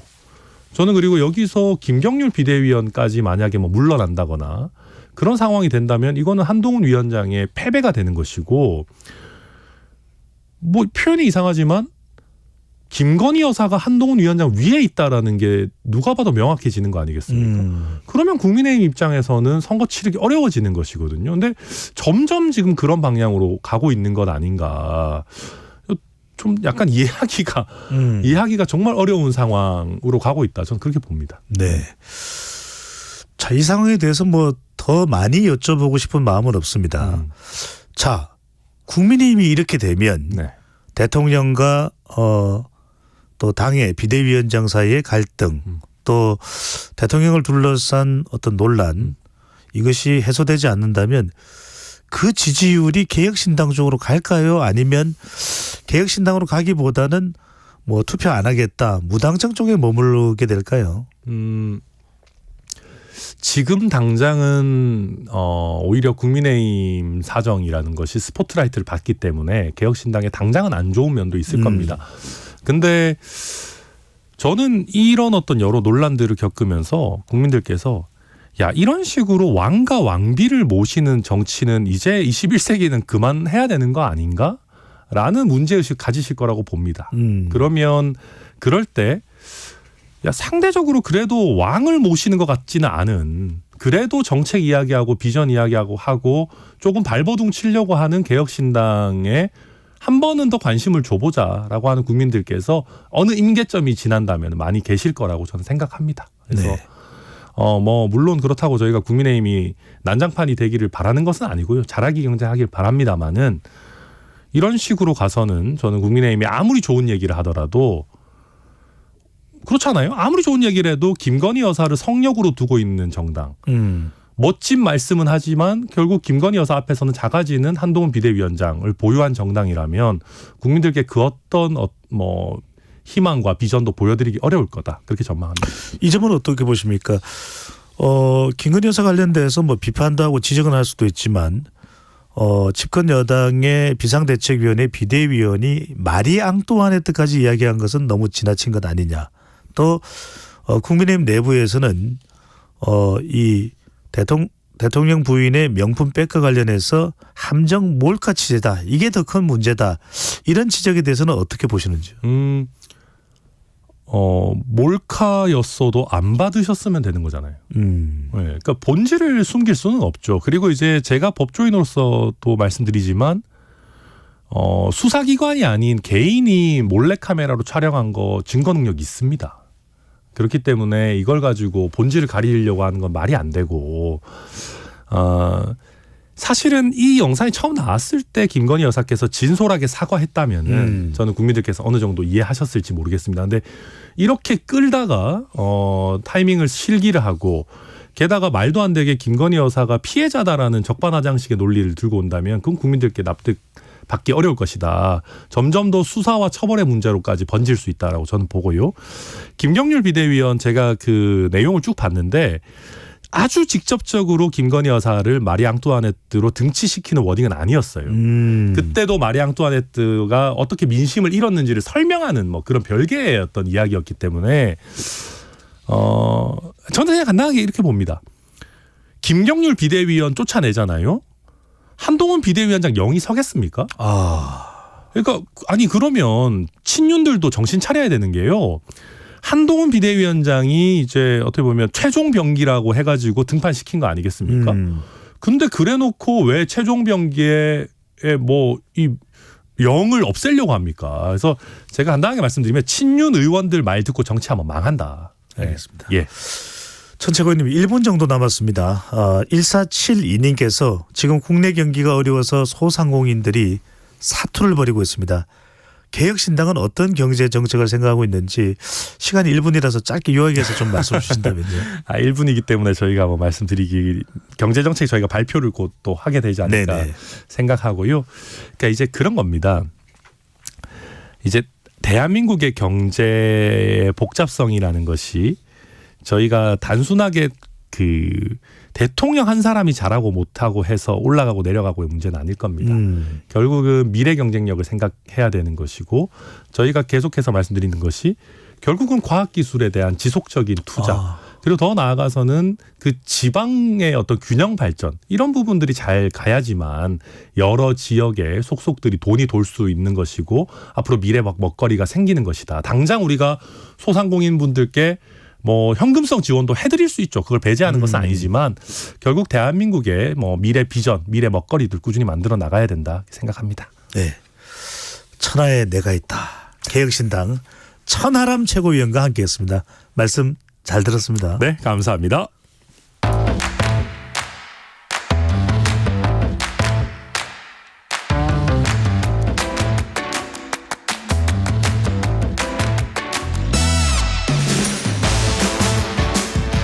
알아두면 유익한 IT 이슈들을 IT본부에서 쉽게 정리해드립니다. IT맨 김덕진 IT 커뮤니케이션 연구소장 나오셨습니다. 어서 오십시오. 네, 안녕하세요. 반갑습니다. 김덕진입니다. 네.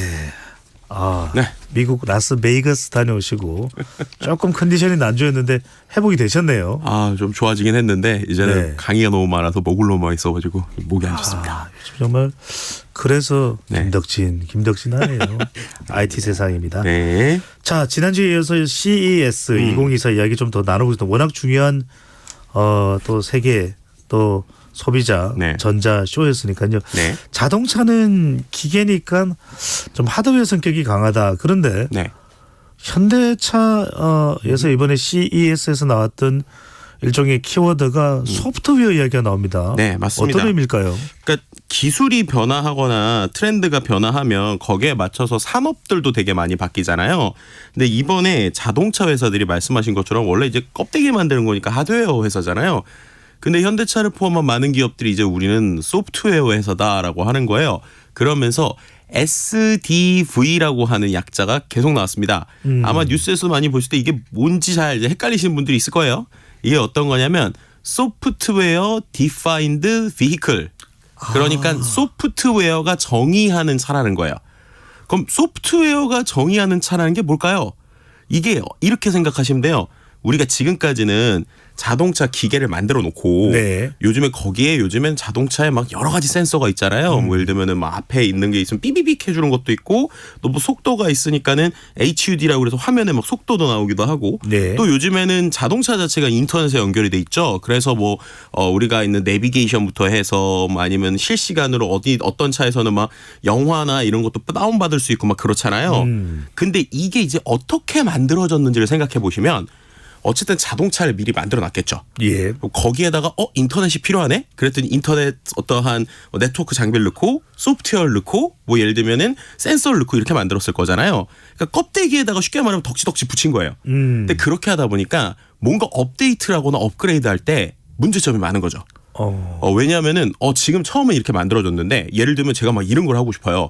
스마트폰에선 그런 게 되잖아요. 예를 들면 우리가 뭐 톡 서비스에서 눈이 오면 제가 대화를 하는데 갑자기 메시지 창에서 막 눈이 내리잖아요. 맞아요. 그럼 되게 기분이 좋아지잖아요. 네. 이거를 나도 자동차에서 해보고 싶은데 이런 생각을 하는 거예요. 갑자기 자동차 운전을 하는데 대시보드에서 뭐 예를 들면은 고객님 눈이 옵니다. 이러면 되게 기분이 좋을 거잖아요. 근데 그거를 지금 구현하려고 딱 봤더니 이건 처음부터 그런 걸 위해서 만들어진 게 아니잖아요. 말씀드린 것처럼 이미 부품을 다 만들어 놓고 거기에다가 통신이나 여러 가지를 집어넣다 보니 이걸 한번 하려고 그러면 문제가 되게 큰 거예요.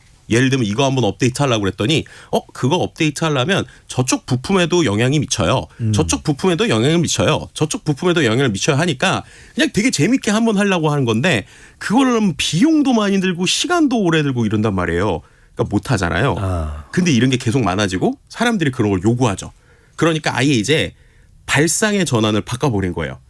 야, 처음부터 그냥 이제 이런 게 들어갈 거니까 우리가 다 만들어 놓고 이런 서비스 붙이지 말고 처음 설계할 때부터 자동차엔 이제 스마트폰처럼 이런 게 들어갈 거야. 라는 생각을 가지고 설계를 하자라는 개념이라고 보시면 될 것 같습니다. 네. 그렇게 되니까 네네네. 네, 그러다 보니까 PBB 그러니까 Purpose Based Vehicle. 네.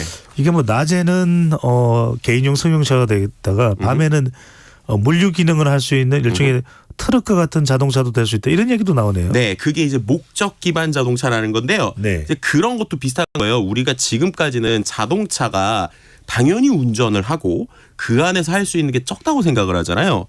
근데 생각해 보시면 만약에 자율주행이 돼요. 그리고 그 안에 인터넷도 다 들어가 있어요. 스마트폰처럼 모든 앱이 돼요. 그럼 자동차 안에서 뭐까지 할 수 있을까라는 생각을 하는 거예요. 예를 들면 자율주행이 되니까 굳이 운전자가 운전대를 볼 필요가 없겠네라는 생각까지 하는 거예요. 그렇죠. 그렇다면 여기서 버튼을 누르면 이 운전대가 슝 하고 올라갑니다. 그리고 심지어 운전 좌석이 거꾸로 돌아와요. 그럼 이 안에가 대화하는 방이 되는 거예요. 그죠? 예. 그리고 나서 또 버튼을 누르면 이 창문이 디스플레이, 영상을 볼 수 있는 공간으로 바뀌어요. 자, 그런 식이 되면은 이 안에서 우리가 영화도 볼 수 있고 기분도 바꿀 수 있겠죠. 또 심지어 이제 이번에 나온 건 아닌데 한 4년 전, 5년 전에 나온 컨셉인데 이번에는 현대차에서 비슷하게 나온 건데 우리가 내비게이션 하면 위치를 데려다 주는 거잖아요. 근데 그게 아니라 감정의 내비게이션을 한다는 기능이 있어요. 이게 뭐냐면 제가 이제 출발 전에 예를 들면 제가 만약에 방송을 하러 가려고 그러면 막 긴장을 하잖아요. 그럼 그 상태에서 제가 출발할 때 KBS를 찍어요. 그러면 이 자동차 안에 있는 센서가 저를 보고 조금 긴장 상태네요? 라고 얘기를 하는 거예요. 그래요? 자, 그 다음에 이제 그럼 제가 도착할 때 기분을 어떻게 만들어 드릴까요? 라는 얘기를 합니다. 그래서 예를 들면 릴렉스 해드릴까요? 익사이팅하게 해드릴까요? 이렇게 해요. 그럼 릴렉스를 눌러요. 그럼 이제 차가 어떻게 되는 거냐? 자율주행이 된다고 가정을 하면 갑자기 이 상황에서 유리창이 살짝 어두워집니다. 디스플레이가 되는 거예요. 그리고 이 시트가 이렇게 누워요. 그렇게 되면서 조명이 좀 낮아지면서 이 등에 있는 마사지를 쿵쿵쿵쿵 해주는 거예요. 그러면서 긴장이 풀어지네요. 그죠? 그럼 좋은 음악이 나오는 거예요. 그렇게 해서 도착을 딱 하면 도착을 할 때 제 얼굴을 다시 보고 심박수를 본 다음에 아 원래 이 정도 텐션이셨는데 요 정도로 릴렉스 됐습니다라는 게 나오는 거예요. 네. 근데 이런 게 되려면 자동차세가 바뀌어야겠죠. 김덕진 소장이 네. 얼마나 설명을 잘하는지 마치 네. 그 차 안에 타 있는 듯한 그런 네. 또 체감하는 그렇죠. 기분을 만끽할 수가 있는데 그러니까 이렇게 될 때 자동차의 설계가 쉽게 말하면 스마트폰 만들듯이 그냥 이 자동차 안에 컴퓨터 서버를 5대, 그러니까 메인 엔진에다가 서버를 놓고 네. 바퀴 있는 데다가 컴퓨터 4대를 놔요. 그럼 5대를 놓고 거기에 그냥 바퀴를 붙이겠다. 라고 하는 개념의 자동차가 더 가깝게 된다라는 것을 이번에 좀 설명한 것이죠.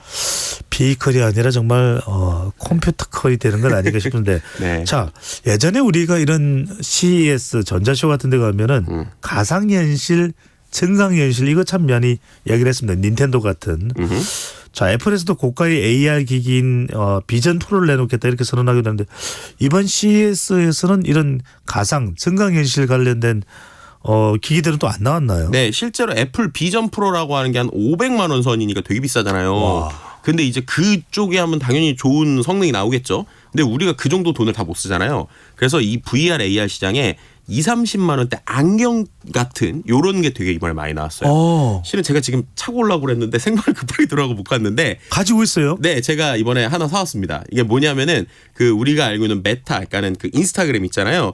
거기하고 레이벤, 선글라스 회사잖아요. 이 두 회사가 같이 해서 안경하고 똑같은 걸 만들었어요. 와. 근데 그거를 딱 끼고 있잖아요. 그러면은 얘한테 제가 이렇게 버튼을 누르면 바로 사진도 찍히고요. 이걸로 인스타그램 라이브를 하면 그냥 제가 이제 보고 있는 그대로가 SNS에 라이브가 되는 거예요.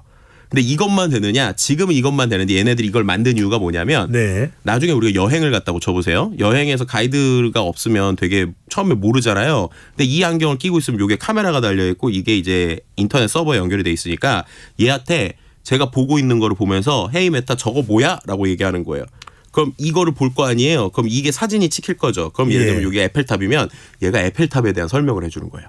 와. 네, 이제 그런 요소들인데 그게 한 299달러, 그러니까 한 40만 원 조금 안 되는 요 정도 가격대로 이제 나오고 있고요. 네. 근데 이거는 이제 어떻게 보면 이 R 자체에 뭔가 이게 다른 현실을 보여주는 건 아니고 그냥 카메라랑 음성이 되는 건데 이 외에도 우리나라에서도 나온 아주 좋은 기술들이 이 안경 알 두께가 거의 안경알하고 비슷한 두께거든요. 근데 그 안에서 홀로그램이나 AR 같은 게 화면에 나오는 이러한 기술을 이제 우리나라에 있는 스타트업이 레티널이라는 데서 만들었어요. 와. 그래서 그 안경 기술이 이미 일본 샤프 같은 데에 이미 지금 수출이 되고 있습니다. 네. 그래서 이 시장 자체가 어떻게 보면 아주 고가의 시장도 있고 저가에서 일부 할 수 있는 기능이 같이 들어간다.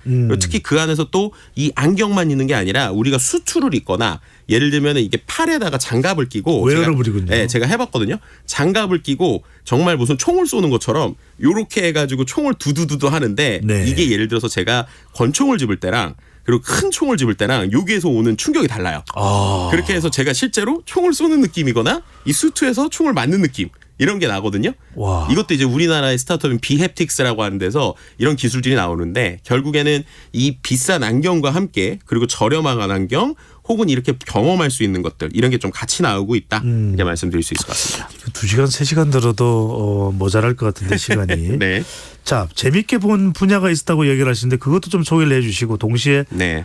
일본 스타트업 부스를 보면서 네. 느끼신 게 많았다고 하셨는데 그것 좀 네. 같이 아울러서 소개를 해주시죠. 네, 일단은 사람을 보조하고 시니어를 돕는 기술이 되게 많이 나왔어요. 예를 들면은 우리나라 회사 중에 하나인데 실제로 이제 만드로라고 하는 회사가 로봇 의수, 그러니까는 장애인들을 위한 손을 이제 도와주는 건데 이게 장애 있는 분들이 아예 손이 없으신 분들 손가락 몇 개만 없는 분들 있잖아요.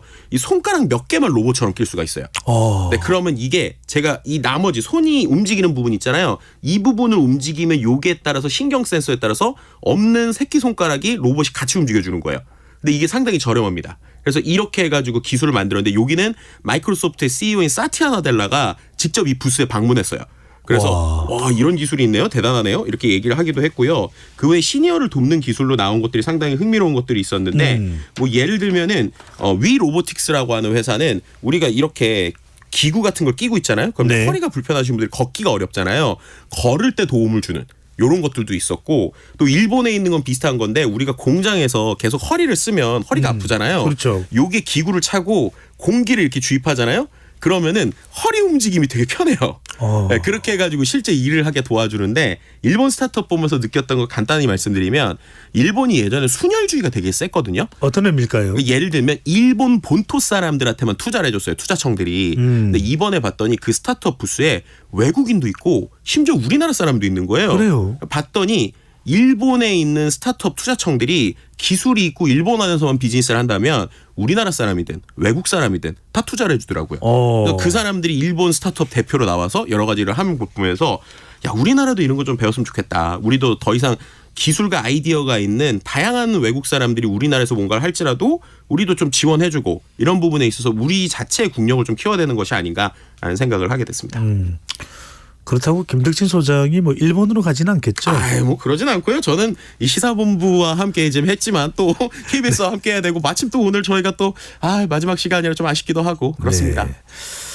KBS를 또 유독 강조를 해주시네요. 자, 2024 라스베이거스에서 열렸던 CES 소비자 전자쇼를 통해서 상당히 많은 변화를 감지할 수 있다. 여기에 대한민국뿐만 아니라 전 세계의 미래가 있는 것 아니냐 이야기하는데 이런 산업 변화를 앞으로 좀 예측해 본다면 우리 청취자분들이 반드시 알아야 될 만한 내용으로요. 일단은 모든 제조에 AI가 들어갈 것이다. 근데 그 AI가 옛날처럼 티나게 들어가는 게 아니라 아주 스며들 것이고 근데 그런 걸 잘하기 위해서는 절대로 회사가 1, 2년 안에 이걸 할 수 없고요. 나만의 데이터, 그 회사에 특화된 데이터가 있으면 그것을 갖고 AI는 이제 도움을 줄 수 있는 정도의 업그레이드가 됐다라는 거예요. 그리고 그렇게 되기 위해서는 당연히 그 안에서 충돌이 있습니다. 예를 들면 아까처럼 자동차가 변화하면 기존에 있던 리더십과 당연히 새로운 리더십이 충돌하겠죠. 그 충돌하는 가운데서 결국에는 이 모든 정책 결정자, 예를 들면 회사의 지금 대표, 그런 사람들이 어떻게 리더십을 일관적으로 유지하느냐라고 하는 게 상당히 중요해진다는 거고요. 결국 기술이 먼저가 아니라 소비자가 먼저고 소비자에게 줄 수 있는 의미가 정립이 되면 오히려 기술들이 조합되고 재구성돼서 연결해주는 인공지능까지 온 시대가 됐다. 그래서 중요한 거는 기술이 아니라 우리에게 당장 필요한 목적들 그다음에 거기에 있는 미션들을 잘 설정하는 게 우선이다. 뭐 이렇게 말씀드릴 수 있을 것 같습니다. 명언을 또 남겨주시네. 자, 김덕진 소장님 덕분에 IT 상식 늘었다는 청취자분들 참 많으신데요. 감사합니다. 오늘 뭐 끝 시간 너무 아쉽습니다. 마지막 인사해 주신다면요. 네, 이 시간을 통해서 많은 분들 뵀는데요. 저는 또 KBS에서 또 여러 방면을 통해서 여러분들 좀 인사를 드릴 수 있게 하고요. 또 우리 소장님하고도 다른 데서도 즐겁게 뵀으면 좋겠습니다. 김덕진 소장과는 영원히 함께해야죠. 영원히 붙어가나요? 알겠습니다. 네. 배종찬의 시사본부 오늘 준비한 소식은 여기까지입니다. 자, 그 전에 김덕진 소장님과 인사를 나눠야 되겠네요. 그동안 참 감사드리고 고마웠습니다. 네, 감사합니다. 자, 여러분들 어떻게 들으셨는지요? 자, 정치권 뉴스 총선을 이제 뭐 70여일 남짓 80일도 남지 않았습니다. 많은 소식 나오는데 더 쉽게 마지막 날까지 전달을 해드리겠습니다. 저는 내일 낮 마지막 날입니다. 12시 20분에 다시 돌아오겠습니다. 고맙습니다.